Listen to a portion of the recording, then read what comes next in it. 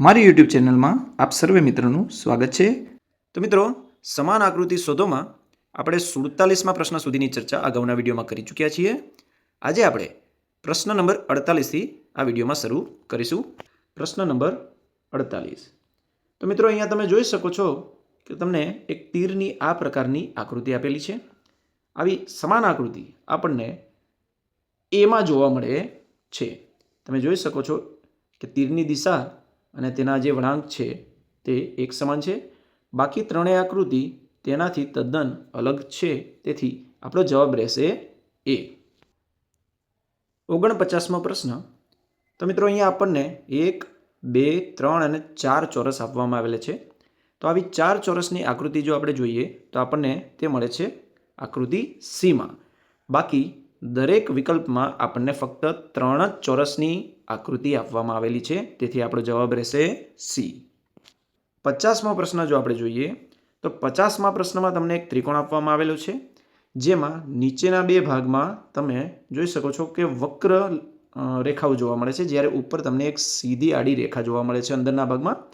તો આ પ્રકારની આકૃતિ જો આપણે સામેથી શોધીએ તો એ આપણને આકૃતિ બીમાં જોવા મળે છે, જેમાં ઉપરની રેખા એકદમ સીધી અને નીચેની બંને રેખાઓ વક્ર જોવા મળે છે।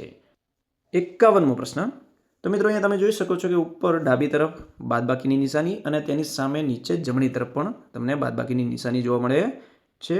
અહીંયા જમણી તરફ ઉપર સરવાળો અને તેની નીચે સામે ડાબી તરફ સરવાળો, આમ ક્રોસમાં સામસામે છે। તો આવી સમાન આકૃતિ જો આપણે શોધીએ તો તે આપણને જોવા મળે છે ડી આકૃતિમાં। તો આમ આપણો જવાબ રહેશે ડી। ત્યારબાદ 52મો પ્રશ્ન લઈએ તો 52મા પ્રશ્નમાં તમને એક ડમરું જેવું એટલે કે બે સામસામા ત્રિકોણો છે, જેમાં ઉપરનો ત્રિકોણ છે તે આચ્છાદિત અને નીચેનો ત્રિકોણ છે તેમાં આડી લાઈનો જોવા મળે છે। આવી સમાન આકૃતિ જો આપણે શોધીએ તો તે આપણને જોવા મળે છે ડીમાં। તો આમ ડી આપણો સાચો જવાબ રહેશે। બાકીના ત્રિકોણમાં તમે જોઈ શકો છો કે આમાં બધે રેખાઓ જોવા મળે છે, આમાં પણ તમને રેખાઓ જોવા મળે છે અને આમાં ફક્ત આચ્છાદિત કરેલું જોવા મળે છે। 53મો પ્રશ્ન। તો અહીંયા તમને એક ટ્યુબ આકાર જેવો વર્તુળ ભાગ આવેલો છે, જેના એક સમાન 3 ટુકડા કરવામાં આવેલા છે, બરાબર, અને એ પણ સીધી રેખાથી।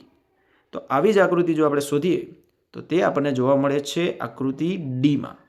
તો આપણો જવાબ રહેશે ડી। સીની અંદર જે ભાગ કરીને આપેલા છે તો ઉપરનો ભાગ અહીંયા નીચે તમને જોવા મળે છે, તો આમ સી આકૃતિ થોડી અલગ છે। હવે જોઈએ 54મો પ્રશ્ન। તો 54મા પ્રશ્નમાં તમને કંઈક આ રીતની આકૃતિ જોવા મળે છે, બરાબર છે। તો ચલો આવી જ આકૃતિ આપણે શોધીએ તો તે આપણને મળી જાય છે આકૃતિ એમાં। પ્રથમ આકૃતિ એકદમ સમાન જ છે, બાકીની દરેક આકૃતિ ખૂબ જ અલગ સાબિત થાય છે, તો આપણો જવાબ રહેશે એ। 55મો પ્રશ્ન જોઈએ તો 55મા પ્રશ્નમાં આપણને સીધી લાઈનમાં 3 વર્તુળ અને તેની બાજુમાં 2 પર્ણ આકાર જેવા ચિહ્નો આપેલા છે। તો આવી જ સમાન આકૃતિ આપણને જોવા મળે છે એ આકૃતિમાં। 3 લાઈનમાં વર્તુળ છે અને આડા 2 બાજુમાં પર્ણો જોવા મળે છે।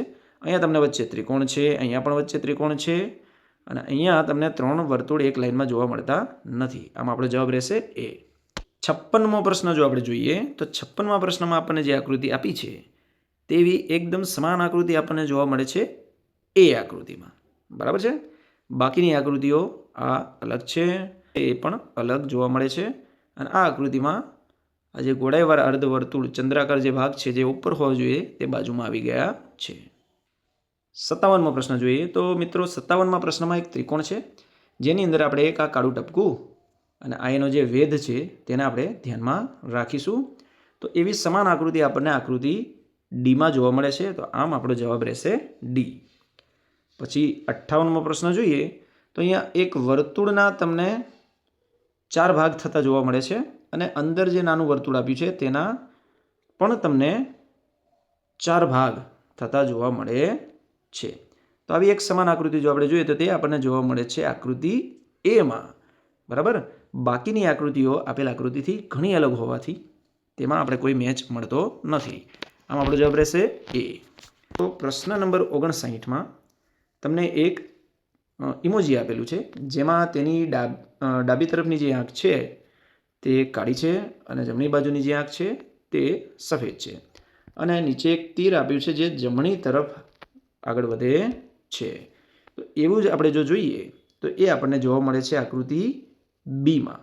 તો આમ બી એ આપણો સાચો જવાબ રહેશે. તો મિત્રો 60મા પ્રશ્નમાં આપણને જે આકૃતિ આપી છે તેવી જ સમાન આકૃતિ આપણને આકૃતિ એમાં જોવા મળે છે. 61મો પ્રશ્ન. તો 61મા પ્રશ્નમાં અહીંયા તમને ડાબી તરફ ગુણાકાર, નીચે સરવાળો અને અહીંયા તમને બે વર્તુળ નાના જોવા મળે છે. આવી સમાન આકૃતિ જો આપણે શોધીએ તો તે આકૃતિ આપણને ડીમાં જોવા મળે છે. ગુણાકાર, સરવાળો અને ઉપર અહીંયા તમને બે વર્તુળ. તો આમ આપણો જવાબ રહેશે આકૃતિ ડી. ત્યારબાદ તમને જે અહીંયા આકૃતિ આપી છે તેમાં આનો ડાબી તરફનો હાથ ઉપરની તરફ છે, જમણી તરફના હાથની હથેળી નીચેની તરફ છે અને પગના પંજા જોવા મળતા નથી. આ પ્રકારની આકૃતિ છે. તો આવી સમાન આકૃતિ જો આપણે શોધીએ તો તે આકૃતિ આપણને જોવા મળે છે આકૃતિ સીની અંદર. તમે આ ભાગ તથા આ ભાગ જુઓ તો એકદમ સમાન તમને જોવા મળે છે. બાકીની આકૃતિમાં કંઈક ને કંઈક અલગ જોવા મળે છે. 63મો પ્રશ્ન. તો મિત્રો અહીંયા 63મા પ્રશ્નમાં તમને એક ચોરસની અંદર બીજો એક નાનો ચોરસ, ત્યારબાદ તેની અંદર એક વર્તુળ અને એની અંદર એક નાનું કાળું ટપકું, આ પ્રમાણે તમને આકૃતિ જોવા મળે છે. અને બીજા નંબરનું જે ચોરસ છે તેના 4 ભાગ પણ તમને જોવા મળે છે. તો આવી આકૃતિ જો આપણે શોધીએ તો એ આકૃતિ તદ્દન અલગ છે. બી આકૃતિ એકદમ સમાન હોવાથી આપણો જવાબ રહેશે બી. બાકી સી અને ડી આકૃતિ પણ તેના જેવી માલુમ પડતી નથી. 64મો પ્રશ્ન.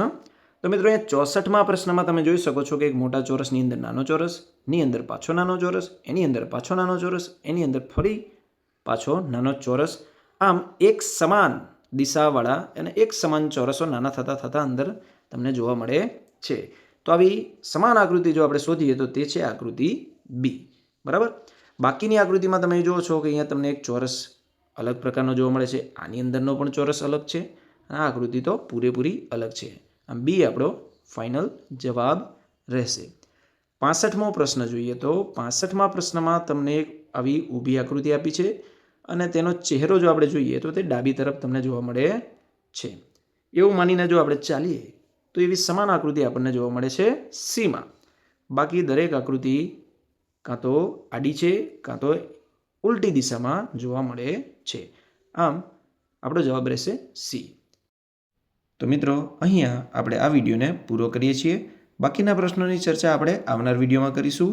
વિડીયો પસંદ આવે તો લાઇક અને શેર જરૂર કરશો અને ચેનલને સબસ્ક્રાઈબ કરવાનું ભૂલતા નહીં, જેથી આવનાર વિડીયોની લિંક તમને મળતી રહે. ફરી મળીએ આવનાર વિડીયોમાં. ત્યાં સુધી આવજો.